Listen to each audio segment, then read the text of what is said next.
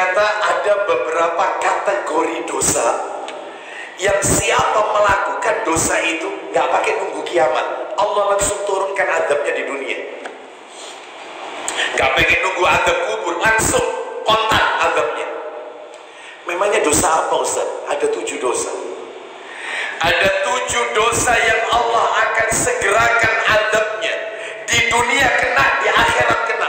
Na'udzubillah, summa na'udzubillah min dzalik. Dan Allah tidak akan tunda azabnya, segera. 7 dosa, hati-hati ya. 7 dosa Allah segerakan azabnya, murkanya Allah segerakan. Apa saja itu?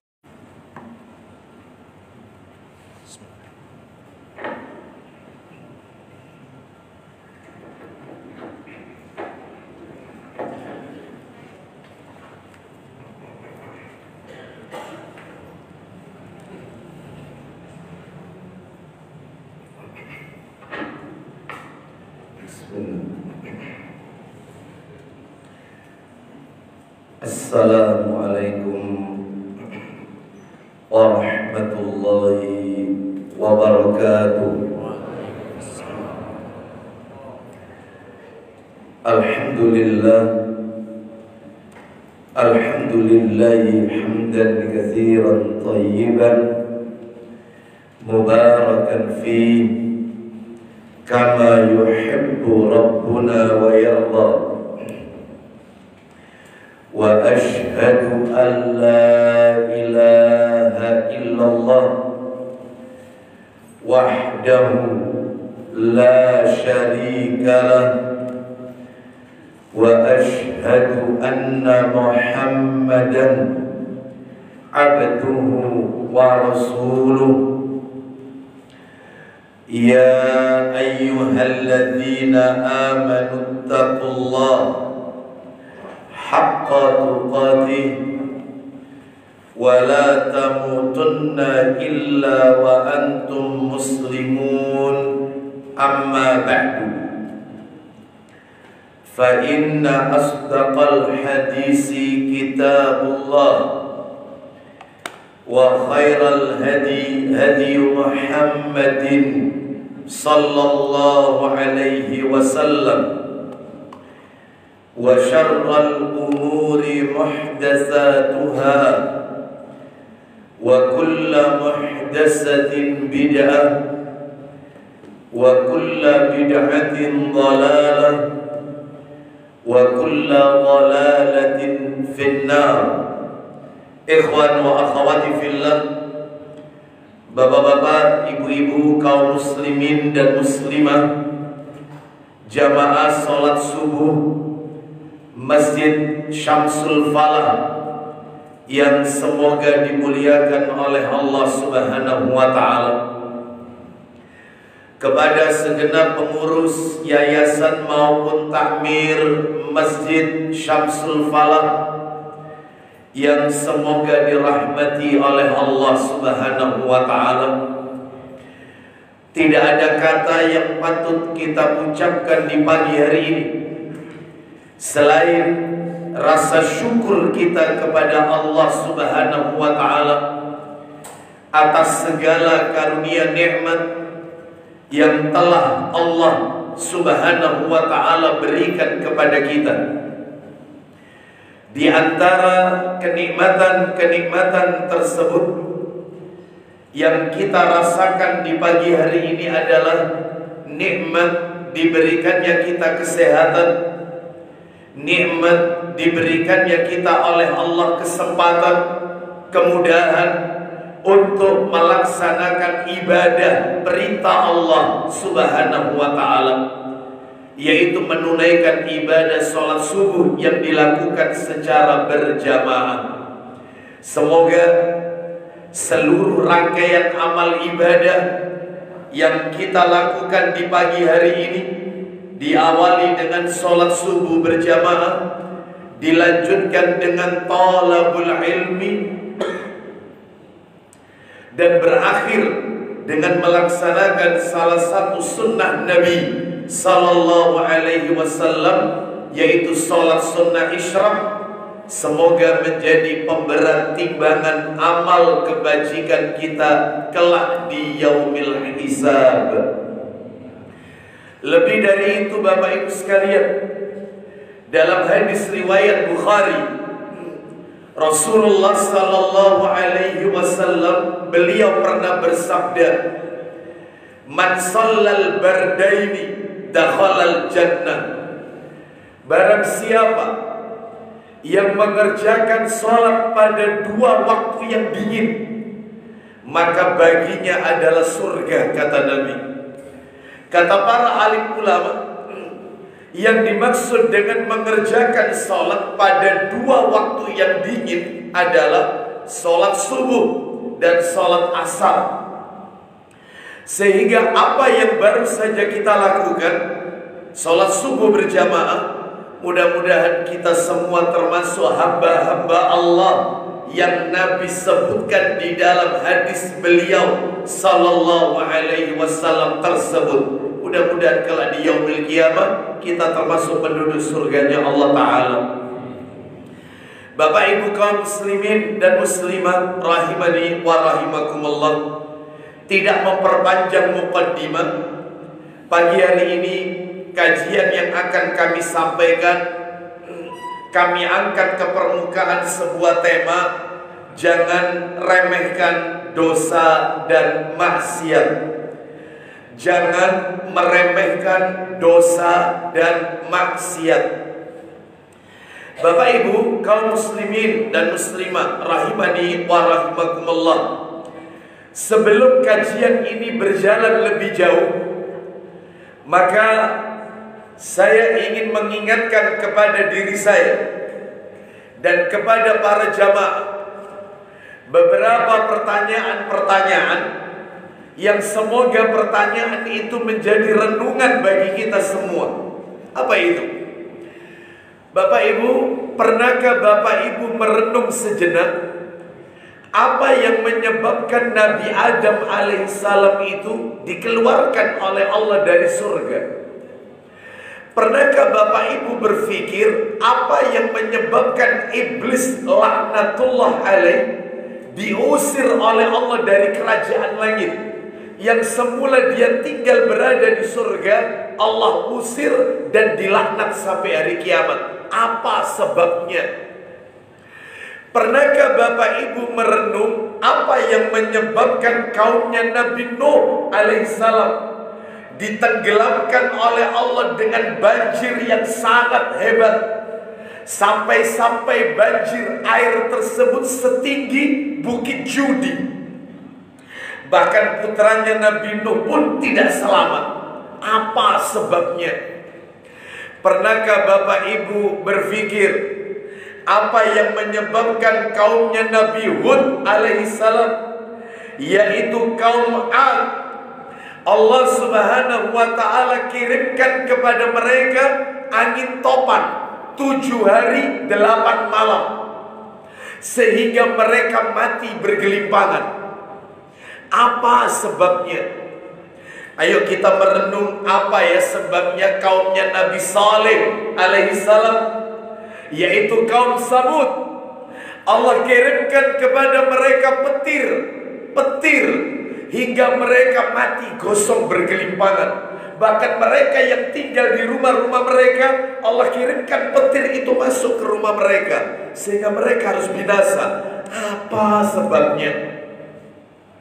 Pernahkah Bapak Ibu merenung apa yang menyebabkan Fir'aun laknatullah alaih dan bala tentaranya Allah tenggelamkan ke dalam lautan?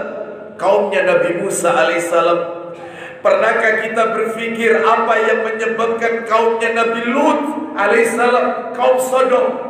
Negeri mereka dibalik oleh Allah, yang atas dipindah ke bawah, yang bawah dipindah ke atas.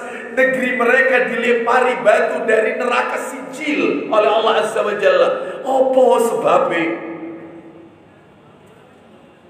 Ternyata dari semua pertanyaan-pertanyaan tersebut, jawabannya cuma satu. Hanya satu. Karena dosa, karena maksiat yang mereka lakukan, Karena dosa Allah timpakan azab kepada mereka, Allah berikan hukuman kepada mereka. Mana dalilnya? Mana dalil yang menunjukkan bahwasannya dosa itu bisa menyebabkan seseorang itu mendapatkan hukuman azab dari Allah Azza wa Jalla karena dosa?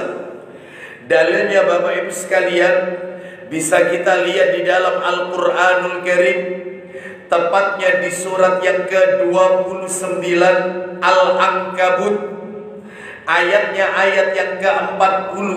Surat yang ke-29 Al-Ankabut ayatnya 40. Allah Ta'ala berfirman, saya bacakan terjemahannya.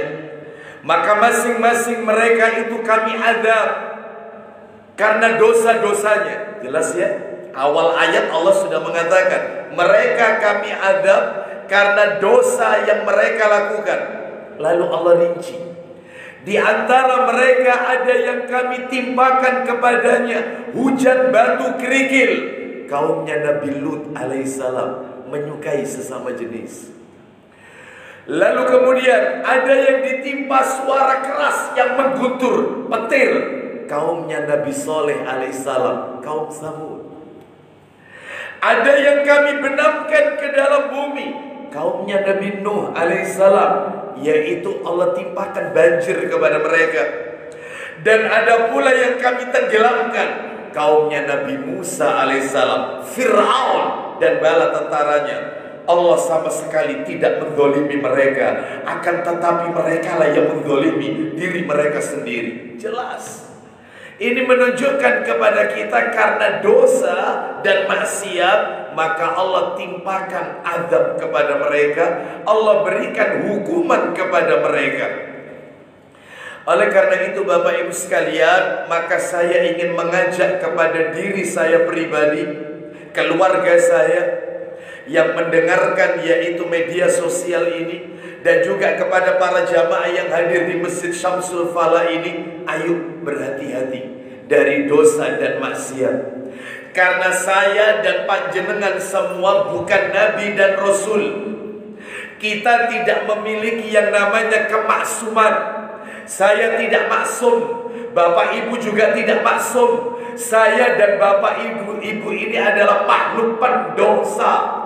Orang yang suka berbuat dosa, sengaja, nggak sengaja, diakui ataupun tidak, besar ataupun kecil, sadar tidak sadar, kita makhluk pendosa.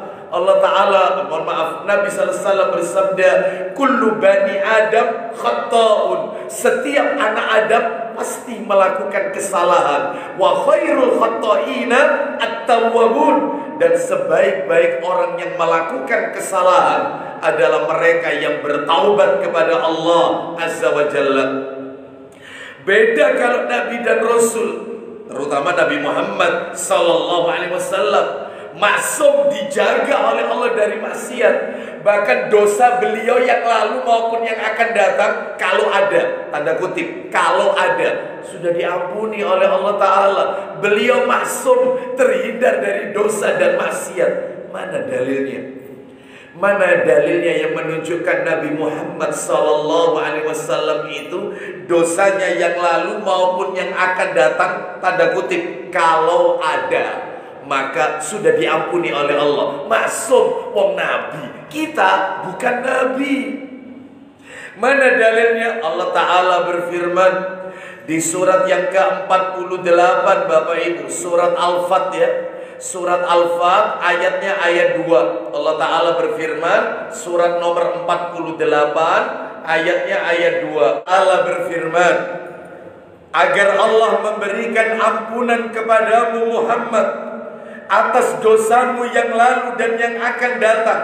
Jelas ya ayatnya. Allah sudah ampuni dosa Nabi yang lalu maupun yang akan datang, tanda kutip kalau ada, serta menyempurnakan nikmatnya atasmu dan menunjukimu ke jalan yang lurus.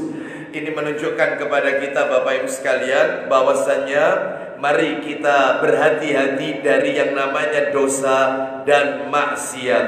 Bapak Ibu, kalau hukuman Allah itu datang, hukuman Allah itu datang, maka tentunya mungkin Allah itu menurunkan azab tanpa sebab. Nggak mungkin, nggak mungkin. Tidak mungkin Allah itu akan menghancurkan suatu negeri, apapun negerinya itu. Saya tidak sebutkan nama negerinya. Tidak mungkin Allah itu marah, tidak mungkin Allah itu murka kepada suatu negeri, kecuali pasti ada sebabnya. Apa sebabnya? Ayo kita dengarkan. Yaitu disebutkan di dalam Al-Quran surat nomor 11, Bapak Ibu. Surat 11 itu adalah surat Hud. Ayatnya ayat 117.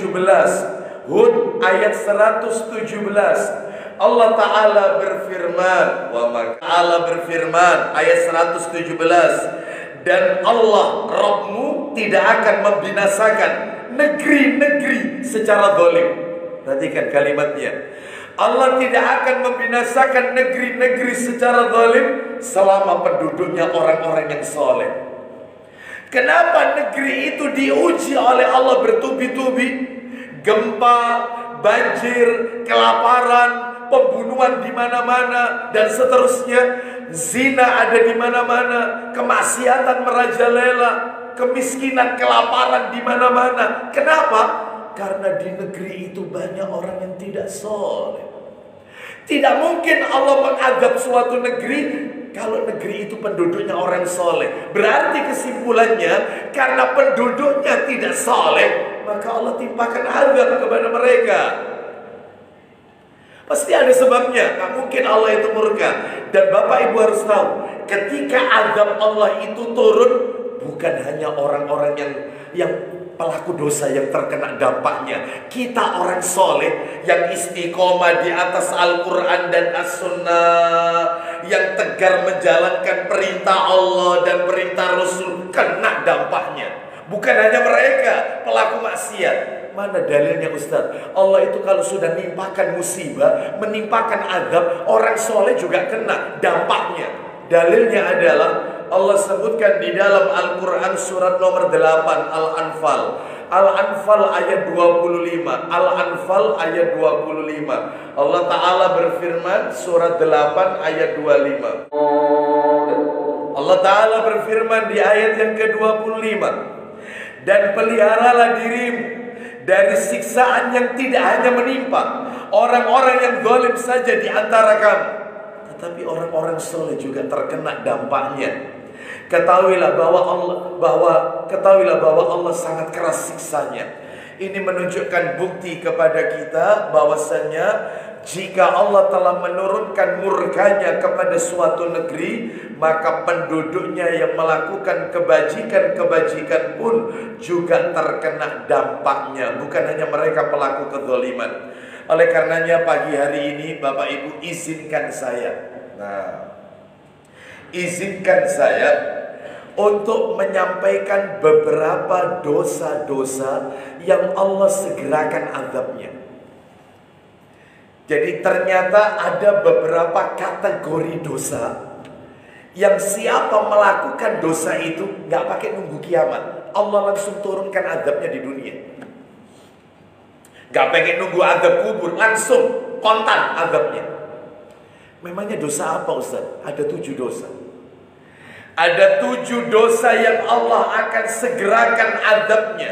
Di dunia kena, di akhirat kena. Na'udzubillah, summa na'udzubillah min dzalik. Dan Allah tidak akan tunda azabnya, segera. 7 dosa, hati-hati ya, 7 dosa Allah segerakan azabnya, murkanya Allah segerakan. Apa saja itu Bapak Ibu sekalian, rahimani wa rahimakumullah? 7 dosa yang Allah segerakan azabnya di dunia maupun di akhirat ketika manusia itu masih hidup, lebih-lebih ketika nanti di hari kiamat mereka juga mendapatkan azab. Dosa apa? Yang pertama, dosa melakukan kezaliman, melakukan perbuatan zalim. Lah zalim di sini apa? Nanti saya jelaskan. Saya bacakan dulu nanti dalilnya, nanti kita akan jelaskan. Dosa yang pertama adalah dosa zalim. Ini langsung. Dosa yang kedua, lu dalilnya mana? Nanti jadi satu sama yang nomor 2 Bapak Ibu. Karena memang hadisnya jadi satu soalnya. Yang kedua adalah dosa uququl walidain. Dosa durhaka kepada kedua orang tua. Segera. Gak mungkin dipending sama Allah. Langsung kita dengarkan hadisnya. Janji Allah. Langsung. Bapak Ibu sekalian, mana dalilnya? Mana dalil yang menunjukkan bahwasannya orang yang melakukan perbuatan zalim, satu, dan orang yang melakukan perbuatan durhaka kepada kedua orang tua, itu yang kedua, Allah segerakan azabnya di dunia. Dalilnya adalah disebutkan di dalam kitab Silsilah Hadis Sahih. Saya bawa kitabnya ini. Disebutkan di dalam kitab Silsilah Hadis Sahih di jilid yang pertama. Nah, Silsilah Hadis Sahih di juz yang pertama, pada hadis nomor asli ya 1120, nomor aslinya ini, nomor aslinya. Saya bacakan Bapak Ibu sekalian, rahimani wa rahimakumullah. Nomor asli 1120. Yaitu bersumber dari sahabat Anas bin Malik radhiyallahu anhu. Dia berkata, Rasulullah sallallahu alaihi wasallam bersabda, babani uquba wal uquq. Kata Nabi, dua dosa yang hukumannya disegerakan oleh Allah di dunia, azabnya disegerakan oleh Allah di dunia. Yang pertama adalah al-baghyu. Apa itu al-baghyu? Kedzaliman. Nanti saya jelaskan zalim ini kayak apa. Yang kedua, wal uquq, dosa durhaka kepada kedua orang tua. Adapun redaksi yang lain bunyinya nggak seperti ini. Redaksi yang lain bunyinya adalah, yaitu Nabi SAW bersabda, isnani yu'ajjiluhumullahu fid dunya. Ada dua dosa yang Allah segerakan azabnya di dunia. Gak pakai dipending, langsung diazab oleh Allah, gak ditunda-tunda oleh Allah. Apa itu? Yang pertama al-baghyu, sama ya, yaitu kezaliman. Dan yang kedua wa uququl walidaini, ada tambahan walidaini, durhaka kepada kedua orang tua. Saya jelaskan dulu ini dosa pertama dan dosa kedua ini Bapak Ibu sekalian. Dosa yang pertama adalah dosa apa tadi? Kezaliman. Berbuat zalim. Bapak Ibu harus tahu, zalim itu Bapak Ibu ada 3. Sebagaimana Nabi sallallahu alaihi wasallam beliau pernah bersabda, yaitu disebutkan di dalam kitab yang sama Bapak Ibu, Silsilah Hadis Sahih, nomor aslinya 1927, nomor asli. Adapun kalau cetakan terjemahannya di sini nomornya 1056. Nah ini, minta tolong Mas dibantu dibacakan. Siapa baca? Silakan. Silakan.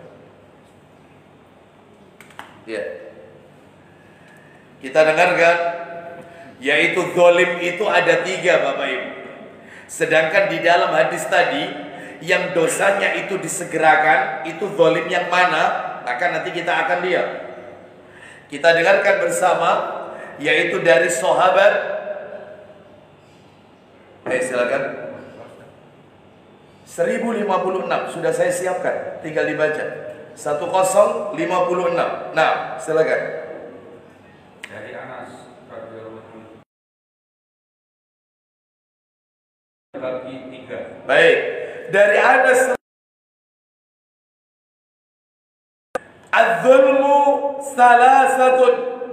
Kezaliman itu ada 3 macam, kata Nabi. Apa itu? Yang pertama kata Nabi, saya bacakan teks Arabnya dulu. Fadzulmun la yatrukuhullah. Yang kedua, wa dzulmun yughfaru. Yang ketiga, wa dzulmun la yughfaru. Nah, silakan baca. Zalim ada 3. 1. Kezaliman terbagi 3. 1. Ada kezaliman yang tidak akan diabaikan Allah. Yang pertama, ada kezaliman yang tidak akan diabaikan oleh Allah. Diingat-ingat ya. Nanti kita akan lihat contoh-contohnya. Kezaliman yang tidak akan diabaikan oleh Allah. Nomor 2, kezaliman yang dapat diampuni. ada kezaliman yang Allah akan ampuni. Nomor 3, Dan kezaliman yang tidak akan diampuni. baik, jelas sekali ya. Zalim itu ada 3. Ada kezaliman yang tidak akan diabaikan oleh Allah. Ada kezaliman yang diampuni dosanya oleh Allah. Yang ketiga, ada kezaliman yang tidak ada ampunannya dari Allah Azza wa Jalla. Lah sekarang rinciannya. Apa kata Nabi? Nabi merincinya itu urut mulai nomor 1, nomor 2, nomor 3. Enggak. Nabi merincinya itu dibalik. Nomor 3, nomor 2, nomor 1. Apa itu kata Nabi? Lanjut. Adapun kezaliman yang tidak akan diampuni. Stop lo ya kan. Nomor 3, kezaliman yang tidak akan diampuni. Padahal tadi kan urutannya kezaliman yang tidak akan diabaikan oleh Allah, kezaliman yang masih diampuni Allah, kezaliman yang tidak ada ampunannya. Nabi menjelaskan dibalik, kezaliman yang tidak akan diampuni dosanya. Lanjut, silakan. Kezaliman yang tidak akan diampuni adalah perbuatan syirik. Syirik. Allah tidak akan memaafkannya. Baik, Allah tidak akan maafkan. Sebagaimana Luqman berkata kepada anaknya. Saya yakin Bapak Ibu pasti hafal, paling tidak familiar di telinga kita. Nasihat Luqman kepada anaknya, ya bunayya la tusyrik billah, inna syirka la zulmun, la zulmun, la zulmun azim. Wahai anakku, janganlah melakukan perbuatan syirik, karena kesirikan itu kezaliman. Loh, syirik itu kezaliman. Mirip persis sama hadisnya. Ayatnya sama dengan hadisnya. Hadisnya sama dengan ayatnya. Zalim yang tidak ada ampunannya, syirik, menyekutukan Allah. Terus yang nomor 2. Sementara kezaliman yang dapat diampuni. Nah, ini yang nomor 2 tadi. Zalim yang dapat diampuni. Kezaliman apa itu, Pak? Adalah kezaliman yang dilakukan oleh seorang hamba kepada Rabb-nya. Nah, kezaliman yang dilakukan oleh seorang hamba kepada Allah Azza wa Jalla. Dia menzalimi dirinya sendiri. Misalnya, dan itu masih diampuni oleh Allah. Kalau orangnya mau bertobat, misalnya, yaitu dia tidak melaksanakan ibadah, melalaikan sholat, mungkin dia pernah tidak puasa Ramadan, melalaikan tidak membayar utang yaitu puasa Ramadan, ya, atau mungkin misalnya dia melakukan kezaliman terhadap dirinya, nggak ada kaitannya sama orang lain, dirinya murni, maka itu kalau bertobat, tobatnya diterima oleh Allah. Kezaliman yang masih ada ampunannya, ya, masih ada ampunannya. Maaf, melakukan zina, berzina, lalu dia tobat, berjanji untuk tidak mengulangi kembali, minum khamr, dia tobat untuk tidak mengulanginya kembali, maka masih diampuni oleh Allah, kecuali syirik. Syirik tidak ada ampunannya. Mana dalilnya Ustaz? Di Quran ada tidak Ustaz? Syirik itu tidak ada ampunannya. Saya potong dulu Pak Budi. Di mana dalilnya syirik itu tidak ada ampunannya? Zalim yang pertama tadi, kezaliman yang nggak ada ampunannya. Dalilnya surat An-Nisa ayat 48. Kita dengarkan An-Nisa 48. Allah Ta'ala berfirman, Allah Ta'ala berfirman ayat 48, sesungguhnya Allah tidak akan mengampuni dosa karena menyekutukannya, yaitu syirik. Dan dia mengampuni dosa apa saja selain syirik. Semua dosa diampuni oleh Allah, kecuali syirik, gak ada ampunannya. Meskipun orangnya tobat, kecuali tobat sebelum ajal. Bapak Ibu sekalian rahimani wa rahimakumullah, dan Bapak Ibu harus tahu, penduduk neraka yang kekal dalam neraka, khalidina fiha abada, kekal dalam neraka, penduduk neraka permanen, gak mungkin keluar. Sampai-sampai kata Nabi SAW, bahkan di dalam Al-Quran disebutkan, tidak mungkin keluar dari neraka seperti tidak mungkinnya onta masuk ke lubang jarum. Mana mungkin onta bisa masuk ke lubang jarum? Mustahil, nggak mungkin. Seperti itulah mustahilnya penduduk neraka ini. Siapa Ustaz penduduk neraka yang abadi itu? Kekal. Cuma 3 orang. Diingat-ingat. Hanya 3 orang penduduk neraka kekal itu. Hanya 3 orang. Tidak lebih dari 3 orang. 1 orang kafir, 2 syirik, musyrik, pelaku syirik, yang ketiga munafik. Dalilnya di mana Ustaz? Orang kafir sama orang musyrik. Dalilnya surat Al-Bayyinah. Innal ladzina kafaru min ahlil kitabi wal musyrikina fi nari jahannam. Jelas, khalidina fiha. Jelas, kekal. Lah yang munafik, suratnya surat At-Taubah sama surat An-Nisa, kekal. Orang munafik sama orang kafir dikumpulkan jadi satu dalam neraka. Itu ada di surat An-Nisa. Kalau nggak salah ayatnya 148, kalau nggak salah 143 apa 148. Nanti bisa dicek sendiri ayatnya. Ini menunjukkan kepada kita cuma 3 penduduk neraka yang abadi.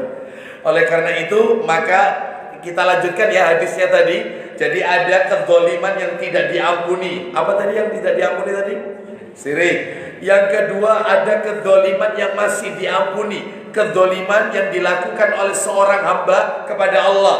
Tidak sholat, tidak puasa, tidak mengeluarkan zakat, yang tidak ada kaitannya sama orang lain, murni dirinya dengan Allah, itu masih diampuni. Selain syirik, selain syirik. Lah yang ketiga ada kezaliman lain yang bahaya. Kezaliman yang tidak diabaikan. Allah baru menerima taubatnya kalau ada syaratnya. Dikasih syarat. Apa itu? Silakan. Sedangkan kezaliman yang tidak akan diabaikan adalah kezaliman yang dilakukan antar sesama hamba. Nyuri sandalnya orang di masjid, sandal dimasukkan di kresek, di tas, lalu tobat. Ya Allah, ampuni dosa-dosaku ya Allah. Hamba berjanji tidak akan mengulangi kembali. Nggak bisa. Kembalikan dulu sandalnya orang. Korupsi, nyuri hartanya rakyat, koruptor, korupsi, lalu pergi haji di Arafah. Ya Allah, ampuni dosa hamba ya Allah. Lalu nyumbang masjid, nyumbang pondok, diampuni lah. Kembalikan dulu hartanya rakyat. Karena ini kezaliman yang ada syaratnya. Jangan menzalimi orang. Kembalikan haknya orang, baru tobatmu diterima oleh Allah. Termasuk suka ngegosip, ngomongin orang lain, minta halalnya. Lah kalau orangnya meninggal sama keluarganya. Lah kalau orangnya kita sudah minta maaf, orangnya tidak mau memaafkan, urusan dia sama Allah. Yang penting Anda sudah minta maaf. Oh nggak bisa. Insya Allah maha pengampun, insya Allah diampuni ya. Aku tahu ngerasani wong iku insya Allah. Oh nggak bisa. Anda minta maaf. Saya minta maaf ya, mungkin kata-kata saya pernah nyakiti hati Anda. Meskipun Anda tidak menjelaskan dosa apa, kalimat apa yang Anda ucapkan itu. Yang penting Anda minta maaf. Orang itu tidak tahu kalimat apa yang diucapkan. Oh iya Bu, tidak apa-apa, sama-sama, namanya manusia. Selesai. Gak usah disebutkan apa kalimatnya itu, gak usah. Yang penting saya minta maaf ya, barangkali saya pernah ngomongin jenengan, ngegosip jenengan. Namanya manusia, lidah ini kadang-kadang tidak terjaga. Tolong minta halalnya ya. Oh iya Ibu, gak apa-apa. Orang itu gak tahu kalau kita yang ngerasani itu. Yang penting minta maaf. Ada di sini yang suka ngegosip? Ngegosip ustadznya? Oh banyak. Sudah saya halalkan. Bapak Ibu sekalian rahimani wa rahimakumullah. Ada enggak yang suka ngegosip takmir? Takmirnya digosipin ya. Wis gak kena takmir wis gak kena. Mosok pengajian itu anu. Nggak boleh ya. Maka Anda harus minta maaf kezaliman yang ada kaitannya dengan hablum minan nas, membunuh orang, menghilangkan nyawa orang, menyakiti hati orang dan seterusnya. Makanya Bapak Ibu jangan kaget di dalam hadis tentang al-muflis itu kan disebutkan dalam hadis riwayat Muslim. Kalau tidak salah nomornya di dalam Sahih Muslim nomornya 2211. Itu kan Nabi berkata kepada para sahabat, atadruna mal muflis? Siapa di antara kalian yang tahu orang muflis itu siapa? Muflis itu orang pailit, orang bangkrut itu siapa? Maka kata para sahabat, al-muflisu fina man la dirham lahu wa la mata. Orang bangkrut, orang pailit itu menurut kami, wahai Rasulullah, orang yang tidak punya uang, tidak punya dinar, tidak punya dirham, tidak punya apa-apa. Itu orang pailit, orang bangkrut. Kata Nabi, bukan. Orang bangkrut itu innal muflisa min ummati. Sesungguhnya orang muflis pailit bangkrut itu dari umatku, ya'ti yaumal qiyamah bisolatin wasiyamin wazakatin, yaitu umatku yang nanti pada hari kiamat mereka membawa pahala sholat, membawa pahala puasa, membawa pahala zakat. Wayati qad syatama hadza, tapi di sisi lain dia juga bawa dosa. Dosa apa? Wasafaqa damah. Dosa apa? Dosa wa qadhafa hadza. Dosa karena pernah menfitnah orang, lisan gak dijaga. Terus apa lagi? Wasafaqa damah hadza. Dosa pernah menghilangkan nyawa orang. Dosa apa lagi? Wa akala mala hadza. Dosa pernah makan hartanya orang. Korupsi dan seterusnya. Terus apa lagi? Wa daraba hadza.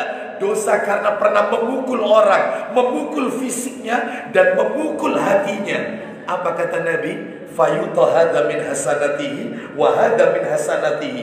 Maka kebaikannya, pahalanya satu persatu dipretelin oleh Allah, diambil oleh Allah, diberikan kepada orang-orang yang dia zalimi. Kalau kebaikannya habis, sementara orang-orang yang dia zalimi masih menuntut balas, maka dosa lalu ditimpukan kepada dia, faturiha finnar, lalu dia dilemparkan ke dalam neraka. Ngaku rajin sholat, ngaku rajin puasa, ngaku rajin zakat, tapi tetap tidak dapat tiket masuk ke surga. Kenapa? Karena cacat hablum minanasnya, sama tetangga tidak baik, suka golim sama tetangga. Ya, dalam hal ini Bapak Ibu sekalian hati-hati ya. Oleh karena itu kesolehan ritual harus yaitu dilakukan juga kesolehan sosial. Sebab banyak orang itu hablum minallahnya bagus, tetapi hablum minannasnya cacat. Maka ini yang tidak diperbolehkan. Jadi kembali ke materi kita. Kalau gitu Ustaz, zalim yang dimaksud di sini Ustaz, yang disegerakan azabnya itu zalim yang nomor berapa Ustaz? Kan zalim ada 3. Ada zalim yang tidak diampuni, syirik. Ada zalim yang masih diampuni, yaitu kezaliman diri sendiri. Ada zalim yang dikasih syarat oleh Allah. Ini yang mana ini? Yang disegerakan azabnya. Yang nomor 1. Yang nomor 1, syirik. Selama di negeri itu kesirikan masih terjadi di mana-mana. Entah itu syiriknya itu berupa tatoyur. Apa itu syirik tatoyur? Tatoyur itu cabang syirik. Jadi syirik itu macamnya banyak. Salah satunya itu tatoyur. Apa itu tatoyur? Anggapan-anggapan sial, sikap pesimistis. Contohnya, mempercayai adanya tanggal sial, mempercayai ada angka sial. Makanya tidak mau beli rumah karena rumahnya nomor 13. Tidak mau. Ini syirik ya. Syirik. Tatoyur. Ada lagi anggapan sial terhadap tempat, rumah tusuk sate. Rumah yang menghadap ke pertigaan, katanya rumah yang tidak berkah, maka tidak ada yang mau beli. Seperti itu. Terus kemudian bulan sial, tidak ada orang punya hajat di bulan Muharram, Suro, karena dia beranggapan Suro itu bulan bala. Kalau mengadakan hajatan, maka hajatnya tidak akan berkah. Coba. Bapak Ibu sekalian rahimani wa. Jadi yang seperti ini, maka ini tatoyur syirik ini, maka harus ditinggalkan. Buat jauh-jauh. Ada lagi syirik tamimah. Apa itu tamimah? Menggantungkan sesuatu untuk nolak bala.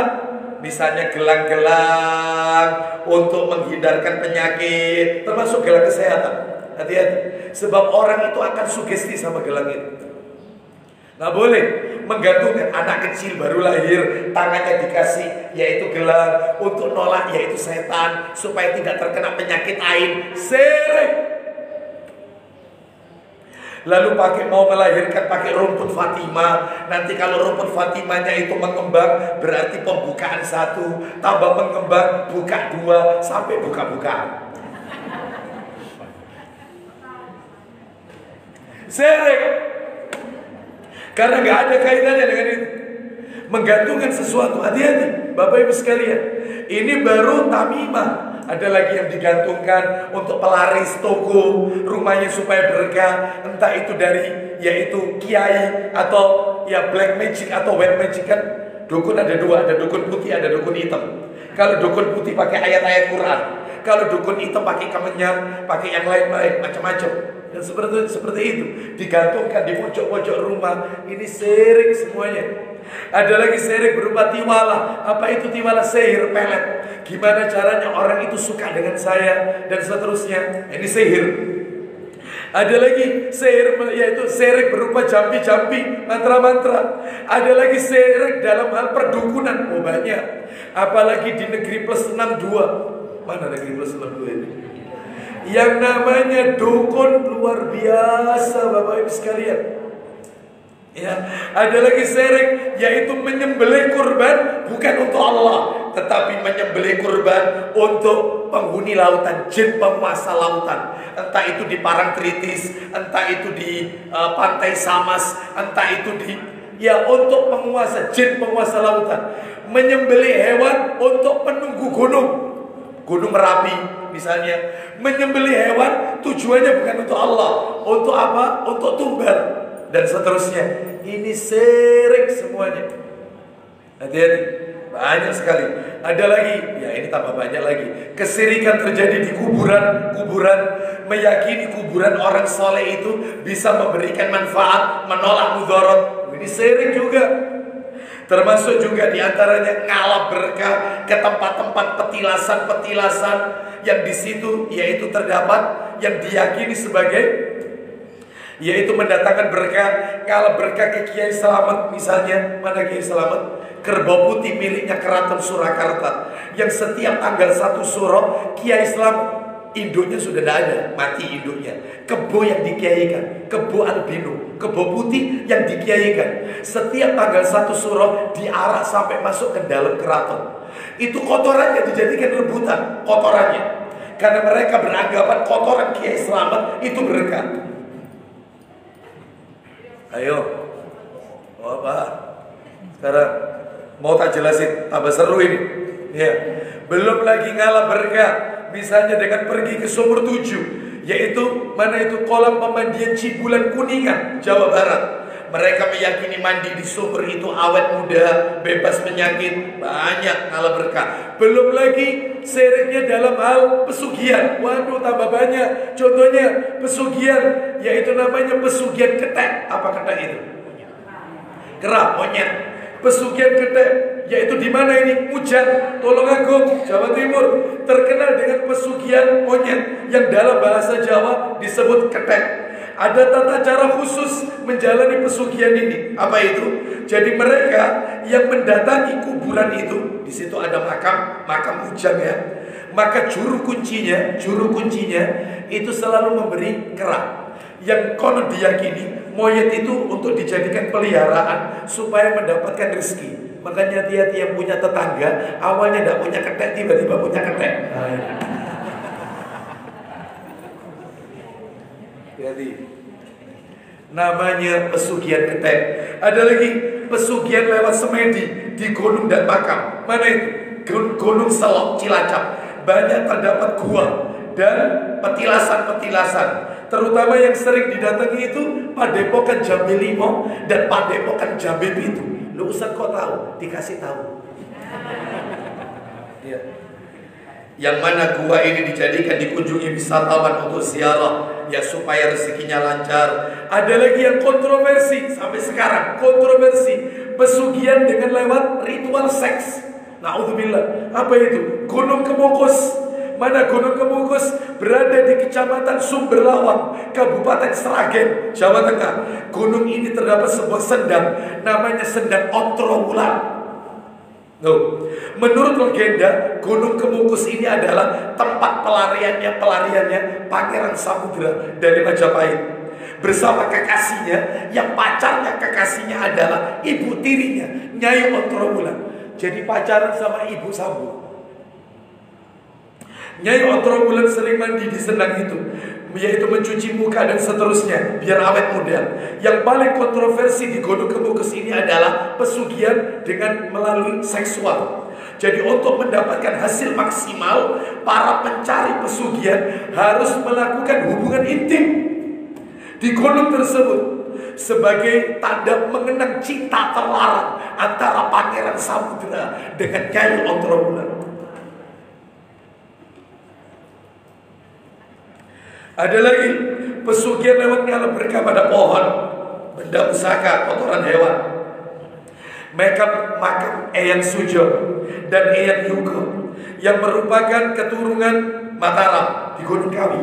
Nah, Gunung Kawi ada pohon apa ya? Jangan-jangan pura-pura nggak tahu. Jangan ada dusta di antara kita. Ya, giliran gini harus aduh. Ya. Jadi Bapak Ibu sekalian, di sana ada pohon namanya pohon Dewan Daru. Nah, yang katanya pesugihannya menunggu rontokannya daun itu. Kalau kena, maka hidupnya akan kaya raya. Belum lagi pesugihan melalui sosok makhluk gaib. Apa itu? Ada pesugihan yaitu dengan Nyai Blorok. Oh, seperti itu. Ada lagi pesugihan lewat doa siluman kura-kura. Gimana itu? Gimana? Yaitu sendang atau telaga yang terletak di desa Cimbuk. Mana Cimbuk? Klaten. Sebagai tempat tinggal sepasang siluman kura-kura, yang satu namanya Kiai Poleng, yang satu yang namanya Nyai Poleng. Nah, konon katanya kura-kura ini mampu mengabulkan keinginan. Jadi kalau dikabulkan, itu Poleng itu belak maksudnya. Jadi kalau si pesugihan, orang yang mencari pesugihan ini, kalau pengen kaya dan dikabulkan, maka tubuhnya itu belak. Semakin banyak tambah sugih, tak besar badan, tambah kaya, dan ujung-ujungnya mati. Ujung-ujungnya mati. Dan ini ada lagi pesugihan lewat jimat. Biasanya jimat yang sering dipakai Bapak Ibu, jimat yang sering dipakai adalah yaitu jimat yang digunakan diberi nama. Nah, ini jimat yang sering dipakai. Mustika alam pesugihan tuyul putih. Ini jimat ini ya.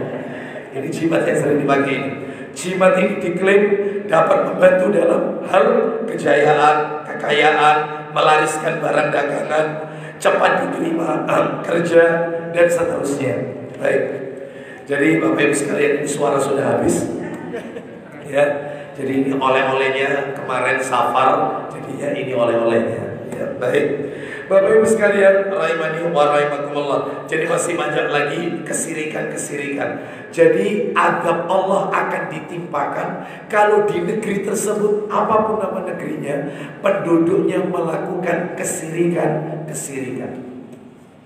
Ini satu. Yang nomor dua, saya cukupkan sampai nomor 2. Padahal dosanya ada berapa tadi? Dosa kedua adalah dosa durhaka kepada orang tua. Mana dalilnya? Coba dibuka. Soal tadi. Ya. Tolong dibuka soal tarhib buat tarhib. Nomornya dosa durhaka kepada orang tua. Bahasa Arabnya ukukul walidain 2508. 2508. Ya, ibu-ibu sudah hafal ya, STBT. Sahih tarhib wa tarhib 2508. Ayo dibaca. Dari Abu Bakar radhiyallahu anhu, ia menuturkan, Rasulullah SAW telah bersabda, maukah saya sampaikan kepada kalian tentang dosa-dosa yang paling besar? Maukah saya sampaikan kepada kalian tentang dosa-dosa yang paling besar? Nabi mengucapkannya sampai 3 kali. Lanjut. Kami menjawab, Ya wahai Rasulullah. Terus Beliau bersabda, 1, dosa yang paling besar. Dedekotnya dosa. Sudah besar, paling besar. Ala unabbiukum bi akbaril kabair. Maukah kalian aku beritahukan dosa besar yang paling besar? Sudah besar, paling besar. Dedekotnya. 1, mempersekutukan Allah. Sering disebut lagi. 2, durhaka terhadap kedua orang tua. Durhaka kepada kedua orang tua. Terus pada saat itu beliau sedang bersandar, lalu duduk tegak dan bersabda. Jadi awalnya Nabi itu bersandar. Untuk menyebutkan yang nomor 3 ini, Nabi duduk tegak. Apa kata Nabi? Ketahuilah, dan juga ucapan palsu dan kesaksian palsu. Jadi yang nomor 3 adalah ucapan bohong, kesaksian palsu. Nah, hati-hati ya. Itulah dosa besar yang paling besar. Sekarang saya akan tunjukkan kepada Bapak Ibu contoh-contoh bentuk-bentuk anak itu kurang ajar dengan orang tua. Sebagaimana yang dikatakan oleh para alim ulama. Apa itu? Di antaranya yang pertama yang bisa saya sebutkan ya, tidak semuanya ini ya, tidak semuanya.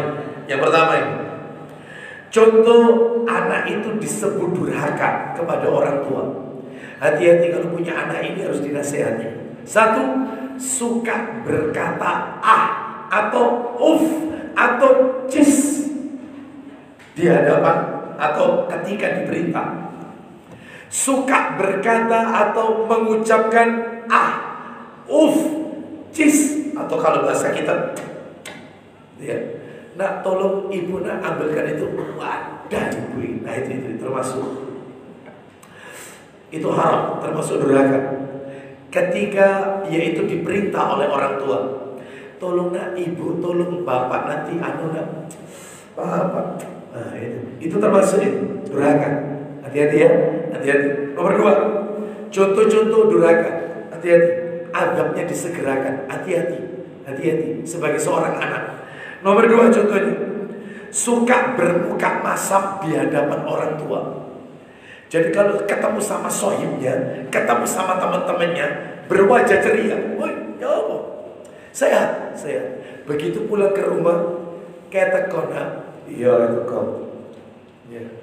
Ya apa tadi di jalan? Setelah bos, ya kayak pegel kape bosan. Suka bermuka masam. Kalau sama temennya, ada telepon dari temennya. Halo, assalamualaikum. Ya apa? Kabar? Ya. Begitu teleponnya telepon orang tuanya. Aduh, Omar. Ya bu. Iya bu. Ya, salam. Durhaka. Nomor 2, bermuka masam. Nomor 3, mestinya sama orang tua nggak boleh seperti itu.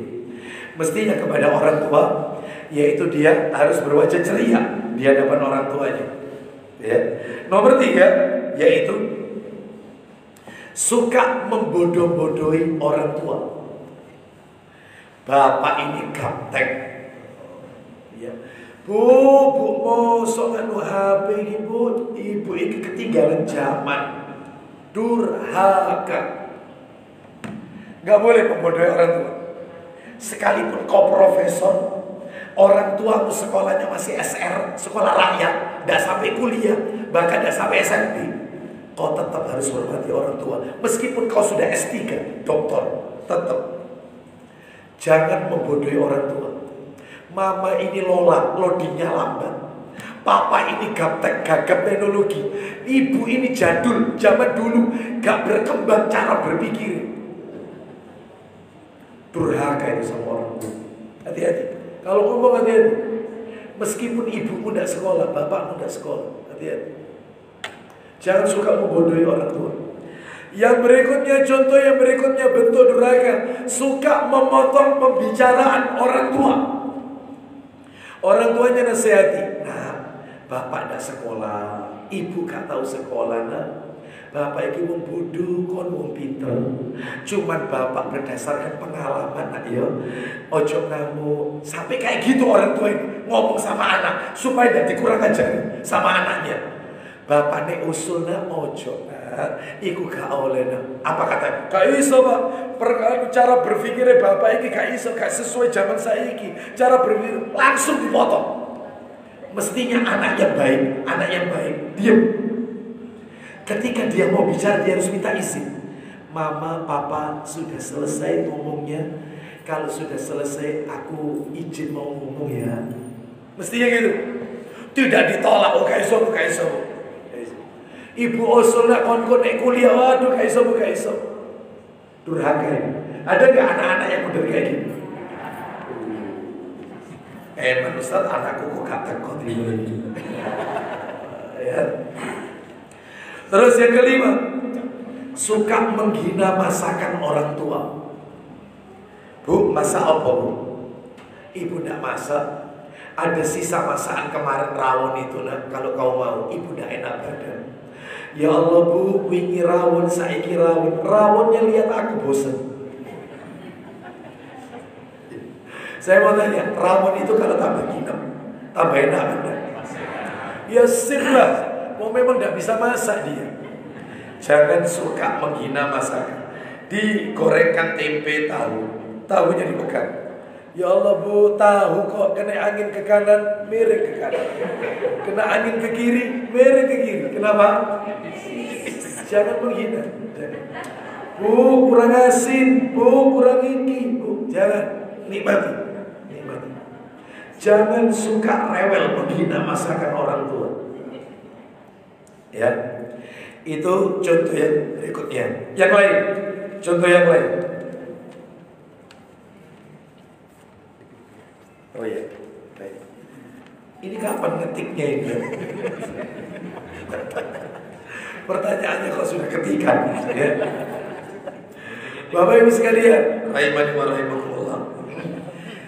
Contoh yaitu anak durhaka kepada orang tua adalah dia lebih mencintai istrinya daripada orang tuanya, terutama anak laki-laki. Saya termasuk. Maksud saya, anak laki-laki beda dengan anak perempuan. Kenapa? Karena surga saya, surganya bapak-bapak itu bakti sama orang tua. Sedangkan surganya istri itu bakti sama suami, bukan sama papa-mamanya. Kenapa? Karena ketika akad nikah, seorang laki-laki sudah mengucapkan qabiltu nikahaha wa taswijaha bil mahril madhkur. Saya terima nikahnya dan kawinnya fulana binti fulan dengan mas kawin sekian tunai. Maka hari itu juga terjadi perubahan hak dan kewajiban. Jadi baktinya ibu-ibu kepada orang tuanya, bapak ibunya, muakad sampai akad nikah. Selesai. Sedangkan baktinya ibu-ibu sama suami muabad abadi. Ini katanya bapak-bapak, rumah.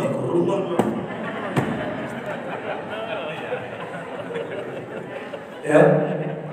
Tapi masih banyak anak laki-laki zaman sekarang kalau sama istrinya, mas aku tuh kok noiki, ya.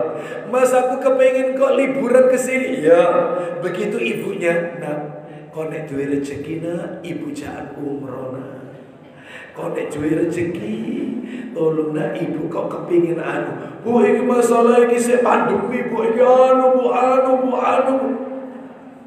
Ibunya cuma disemonin dong, dijanjikan aja. Ya. Kalau sama istrinya tunduk, nggak boleh. Anak laki-laki wajib bakti. Makanya panjenengan yang punya anak laki-laki, didik mulai sekarang. Kau harus ingat sama papa mamamu. Baktimu sama papa mamamu itu abadi, bukan sama istrimu. Sebab Nabi bersabda untuk anak laki-laki, mudah-mudahan jadi nasihat. Apa kata Nabi? Lihat hadis Nabi ini, riwayat Abu Dawud. Untuk anak laki-laki, Nabi bersabda, anta wa maluka milku abik. Kamu dan hartamu milik orang tuamu. Selesai. Kalau orang tuanya minta apa, selesai, berikan.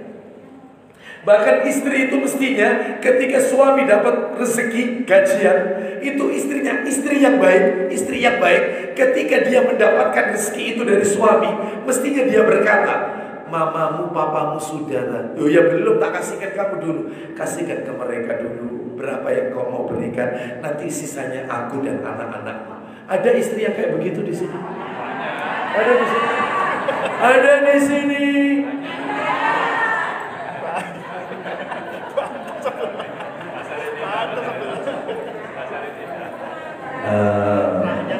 Ya, rata-rata. Ya wis lah Mas, wong ibumu lagi sing bantu.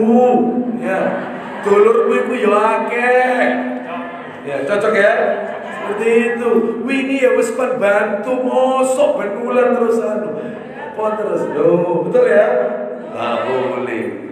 Maka dia harus mengutamakan. Makanya berbahagialah yang punya anak laki-laki. Maka rugi besar orang tua, rugi besar orang tua kalau punya anak laki-lakinya lebih loyal kepada istrinya. Ya, seperti itu, kasihan.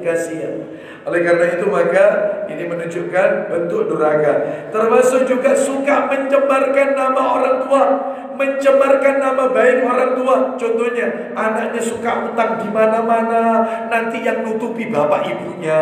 Anaknya kena narkoba, yang bebaskan orang tuanya. Malu muka tembok, mencemarkan nama baik orang tua. Selalu bikin masalah anaknya. Maksudnya orang tua dinikahkan supaya orang tua tenang. Ini enggak, dinikahkan tambah kepikiran orang tua. Kenapa? Karena perilaku anaknya. Gak bikin, ya Allah nak kau kita rabek supaya bapak ibu ini tenang. Ternyata kamu yang tak nikah, tambah kepikiran wong tua. Durhaka. Ada gak anak-anak yang seperti ini? Ya. Terus yang berikutnya, bakhil sama orang tua. Ustadz, mertua itu apa Ustadz? Mertua itu, kok Ustadz dari tadi tidak nyinggung mertua? Mertua itu menurut dari pihak laki-laki, saya dan bapak-bapak, mertua panjenengan, orang tuanya istri Pak, itu bukan termasuk orang tua di dalam Islam, tetapi karib kerabat. Karib kerabat, sehingga panjenengan harus mendahulukan orang tua panjenengan dulu. Setelah itu baru mertua, boleh. Bahkan mertua pun tidak diberi sah, karena termasuk karib kerabat, bukan orang tua.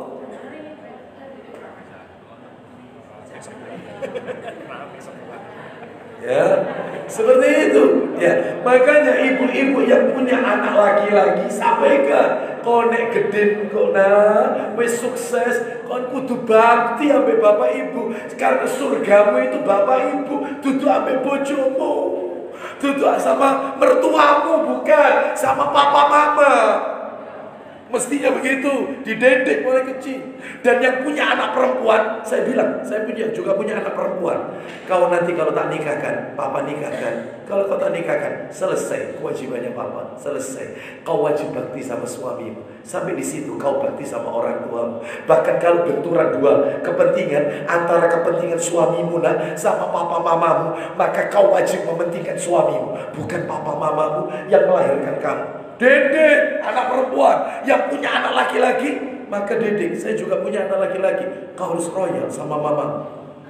Jangan cintamu jatuh ke istri. Rugi orang tua punya anak laki-laki loyal kepada istrinya, rugi.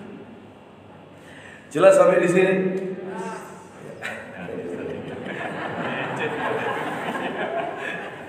Jelasnya itu sampai mangkel gitu ya. Ojo diundang mana Ustaz, ojo diundang mana.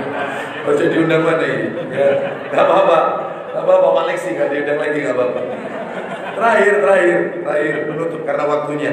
Di antara bentuk durhaka kepada orang tua adalah yaitu di antaranya selain bakhil kepada orang tua, pelit, di antaranya yaitu mendoakan orang tua. Jadi dia tidak sabar merawat orang tuanya, sampai dia mendoakan orang tuanya agar cepat mati. Ya Allah Pak, Bu, ini yang terus ya, ini keluar masuk rumah sakit, terus aku harus yaitu waslap atau apa kotorannya dan seterusnya ya. Wis gak sanggup, aku gak sanggup. Wis mendingan tak panggilkan babysitter aja, tak panggilkan. Gak sanggup merawat orang tua. Nah, saya mau tanya, ada ndak anak ndak bakti, yang bakti malah menantunya. Jadi menantunya bakti sama mertua. Ya. Oleh karena itu, maka yang seperti ini tidak diperbolehkan. Yang benar itu adalah anak harus bakti kepada kedua orang tuanya, apalagi dia sudah berusia lanjut, ya, dan seterusnya. Orang tua itu sebenarnya tidak minta apa-apa sama kita itu, tidak minta apa-apa. Orang tua itu kalau sabatan, ya Allah nak, sikile ibu iki cok cekot-cekot sena, ya awake ibu iki gak enak kabeh. Ayo bu, ayo bu, ayo bu. Diajak jalan-jalan, diajak makan, ditraktir ini, dibelikan ini. Itu pulang ke rumah, alhamdulillah nak, waras sikile ibu iki nak, masya Allah. Cuman anaknya gak tahu terti, gak ngerti. Sing diajak keliling itu adalah istrinya. Singapura, iya, keliling kemana, luar negeri, ya, orang tuanya tidak, jangan, ya. Baik, orang tua itu orang tua itu lihat anaknya senang, dia bahagia. Itu orang tua, tidak minta apa-apa. Baik, kita lanjutkan. Nah, ini pertanyaan yang sudah masuk, Bapak Ibu sekalian. Loh, ini kok pertanyaannya semua tentang sholat ya? Oh, tidak ada kaitannya ini. Baik, kita tutup ini ya dengan beberapa pertanyaan ini aja ya. Beberapa saja. Bismillah. Assalamualaikum. Waalaikumsalam warahmatullahi. Ketika imam sudah salam, bolehkah makmum berlama-lama berdoa di tahiyat? Nggak boleh. Tidak boleh. Jadi makmum harus mengikuti imam. Imam salam, makmumnya salam. Jadi tidak boleh berlama-lama karena dia memang betul, yaitu Nabi sallallahu alaihi wasallam yaitu pernah berkata, pernah ditanya, Nabi pernah ditanya, ayyub du'ai asma, wahai Rasulullah, doa apa yang paling didengar oleh Allah? Doa apa yang paling didengar oleh Allah? Nabi menjawab, jawfal lailil akhir wa duburus salawatil maktubah. Doa yang paling didengar oleh Allah itu adalah doa yang dipanjatkan sepertiga malam terakhir dan di akhir sholat fardu sebelum salam. Jadi setelah innaka hamidum majid, perbanyak doa. Boleh gak pakai bahasa Indonesia? Sebagian ulama mengatakan boleh. Sebagian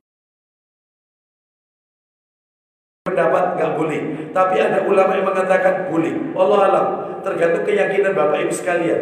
Jadi itu doa mustajab. Lah tapi kalau imamnya salam, makmum ya harus salam. Tidak boleh memperlama, ya tidak boleh. Jadi dalam hal ini tolong yang jadi imam berikan kesempatan kepada makmum. Kalau sudah tahiyat, innaka hamidum majid, itu Nabi mengajarkan banyak doa. Allahumma inni a'udzubika min adzabi jahannam wa min adzabil qabri wa min fitnatil mahya wal mamat wa min syarri fitnatil masiihid dajjal. Satu. Yang kedua, Allahumma inni dzalamtu nafsi dzulman katsira. Ya Allah, aku telah menzalimi diriku dengan kezaliman yang sangat banyak. Faghfirli maghfiratan min indik. Ampunilah dosa-dosaku dengan ampunan yang ada di sisimu ya Allah. Ya. Faghfirli maghfiratan min indik warhamni innaka antal ghafurur rahim. La yaghfiru dzunuba illa anta. Faghfirli maghfiratan min indik la yaghfiru dzunuba illa anta. Tidak ada yang bisa mengampuni dosa-dosaku kecuali Engkau ya Allah. Masih ada lagi, Allahumma inni as'alukal jannah wa a'udzubika minan nar. Banyak itu Nabi ajarkan. Maka imam mestinya memberikan kesempatan kepada makmum. Tapi kalau imamnya langsung, maka makmumnya juga ikut imam. Jangan memperlambat. Ketika imam terlalu cepat, rakaat ketiga atau keempat, dan makmum Al-Fatihahnya tidak komplit, apakah sah? Sah. Imam itu dijadikan untuk diikuti. Makmumnya baru iyyaka na'budu wa iyyaka, ternyata imamnya Allahu Akbar. Sah, enggak apa-apa. Boleh. Enggak apa-apa. Ya. Jadi dalam hal ini Ustaz, bagaimana kalau imamnya itu terlalu cepat rukuk sama sujudnya seperti ayam yang mematuk makanan? Maka dalam hal ini Bapak Ibu tolong dinasehati imamnya, diberi nasihat bahwasanya Nabi pernah bersabda, apa kata Nabi? Innar rajula la yusalli sittina sanatan wa ma tuqbalu lahu salatun. Sesungguhnya ada orang yang melakukan sholat selama 60 tahun, satu pun tidak diterima oleh Allah. Apa alasannya? La'allahu yutimur ruku' wa la yutimus sujud wa yutimus sujud wa la yutimur ruku'. Bisa jadi dia menyempurnakan ruku' tapi sujudnya tidak sempurna karena terlalu cepat, atau sujudnya sempurna, rukuknya tidak sempurna karena terlalu cepat juga. Ingatkan, sholatnya nanti tidak diterima.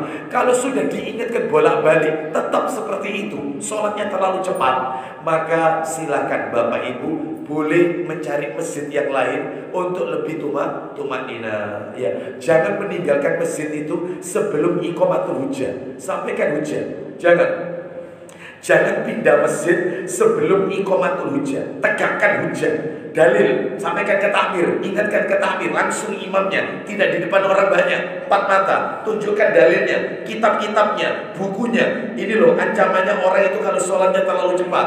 Sudah diingatkan berkali-kali masih seperti itu, ya sudah, gugur kewajiban. Diterima alhamdulillah, tidak diterima urusan dia sama Allah. Maka supaya sholat kita selamat, boleh mencari masjid yang lain, tetapi harus disampaikan apa dulu tadi? Hujjah. Wallahu a'lam bishawab.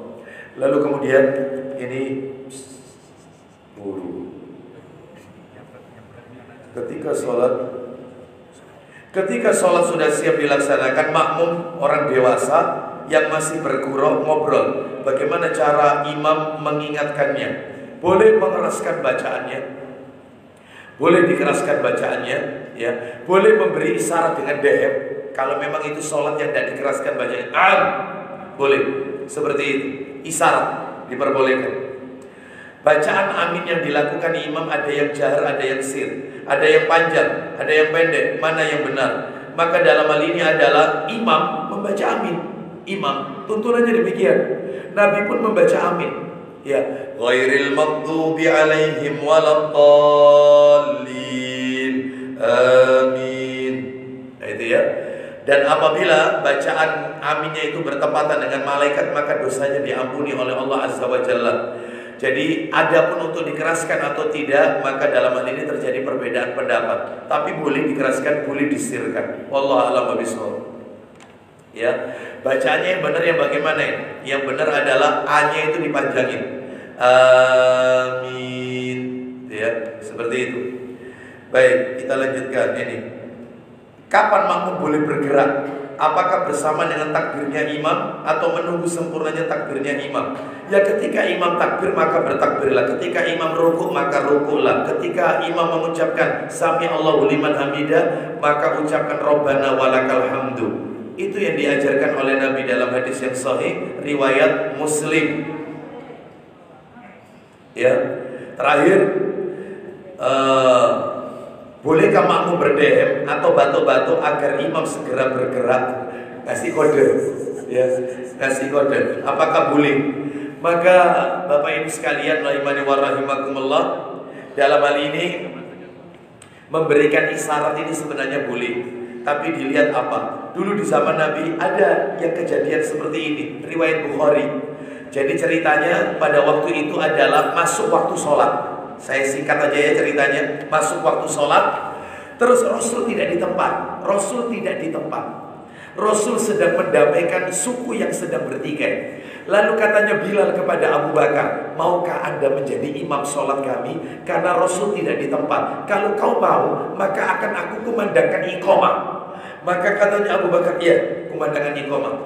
Siap, saya akan menjadi imam. Maka dikumandangkan iqamah, Abu Bakar jadi imam. Rasul masih hidup, tapi gak ada di tempat itu.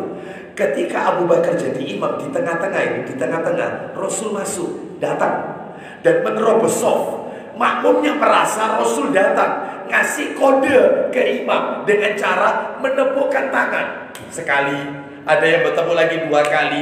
Maka sama Abu Bakar As-Siddiq, bukan Abu Hurairah ya, Abu Bakar As-Siddiq radhiyallahu anhu, itu tidak dihiraukan. Semakin banyak di masjid itu yang memberikan isyarat tepukan tangan karena Rasul sudah datang. Jadi Rasul itu menerobos sampai shaf pertama.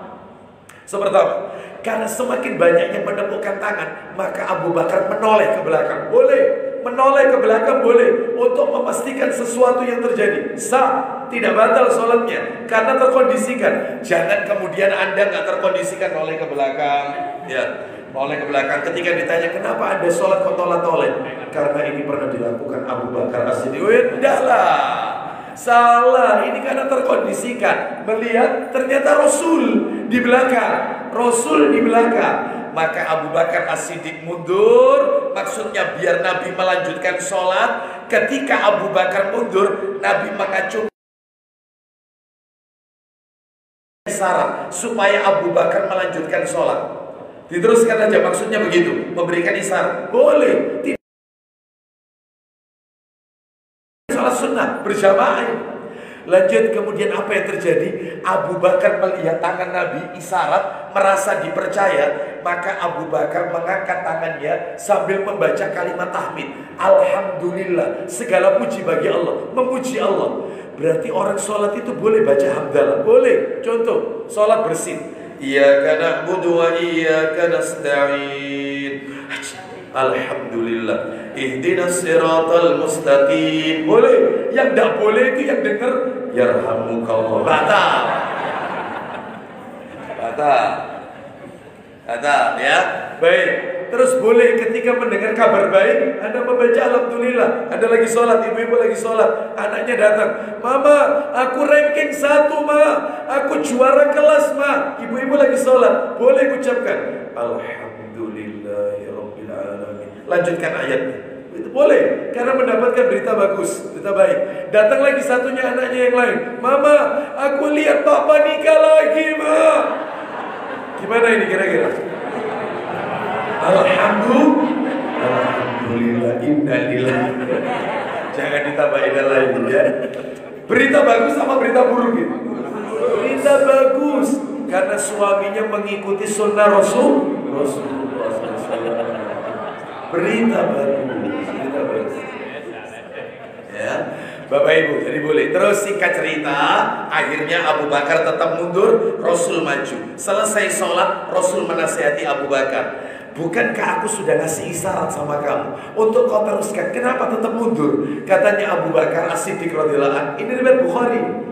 Nomornya kalau nggak salah 387, Sahih Bukhari. Katanya Abu Bakar, hamba tidak pantas menjadi imam, sedangkan makmumnya utusannya Allah Azza wa Jalla.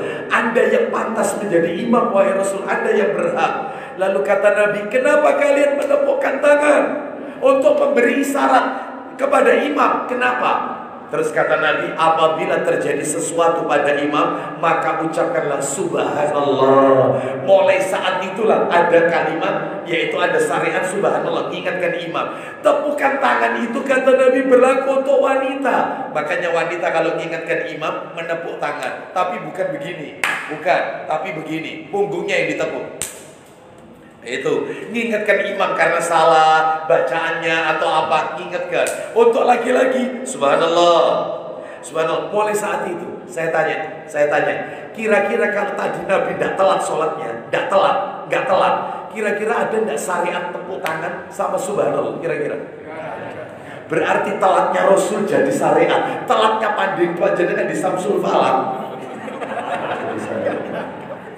nggak jadi syariat.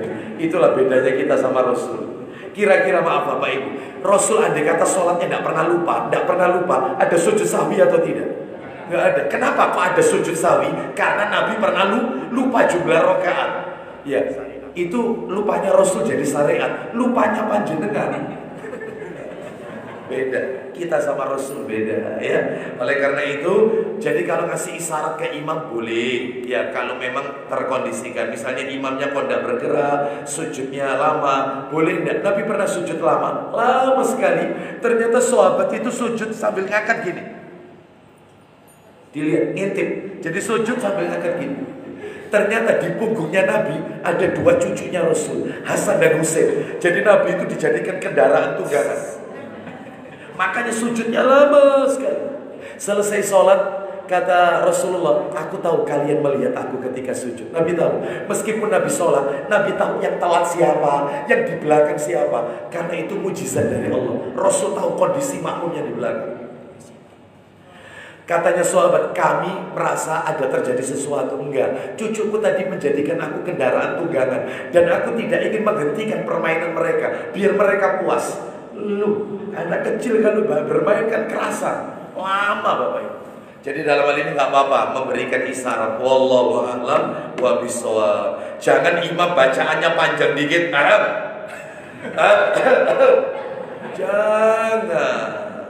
ya. Kadang-kadang ada makmum itu yang ngeselin, imamnya bacaannya panjang dikit. Imam Sobo misalnya, panjang-panjang kan. Sobo itu kan syariatnya panjang-panjang ayatnya. Imamnya amuk dikerasin.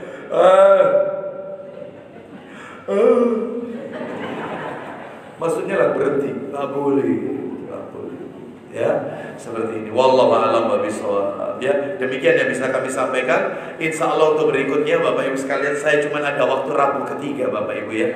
Jadi bukan Ahad seperti ini, tapi Rabu pekan ketiga pada maghrib itu waktu yang tersisa cuma itu Bapak Ibu sekalian ya. Jadi kalau memang ini mau dilanjutkan karena masih ada 5 dosa berikutnya, insya Allah kita lanjutkan pada pertemuan-pertemuan berikutnya jika Allah takdirkan kita ketemu lagi. Demikian saya tutup. Wassallallahu ala nabiyyina wa ala alihi washabihi wasallam. Subhanakallahumma wa bihamdika asyhadu an la ilaha illa anta astaghfiruka wa atubu ilaik. Wa akhiru da'wana anil hamdulillahi rabbil alamin. Assalamualaikum warahmatullahi wabarakatuh.